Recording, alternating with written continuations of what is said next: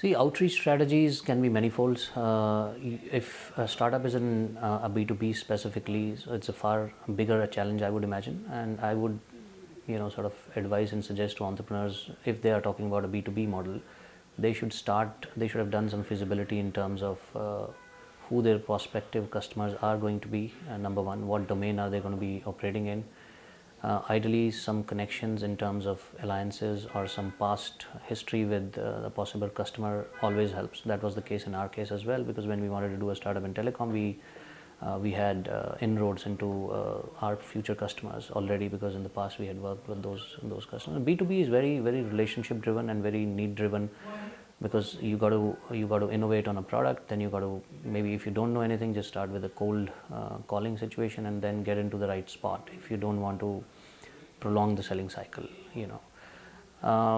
B2B, hence for the outreach would be very very different than generic B2C outreach, market outreach, where you can go digital and go through websites, through apps, through ads, other things can, and it's very viral. B2B is not viral at all in that sense. It is more need and demand driven.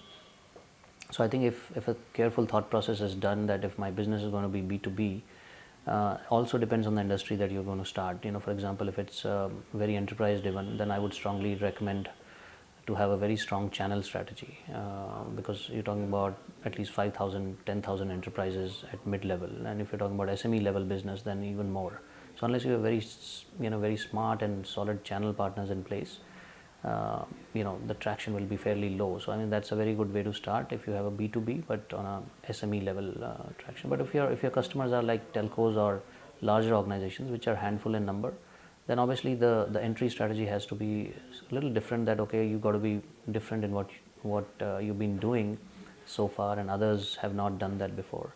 So that will get you an entry. The good news is that most of these telcos, in that sense, if telco happens to be one of your customers, they want to see innovation. They will not block you out just because you're startup or small.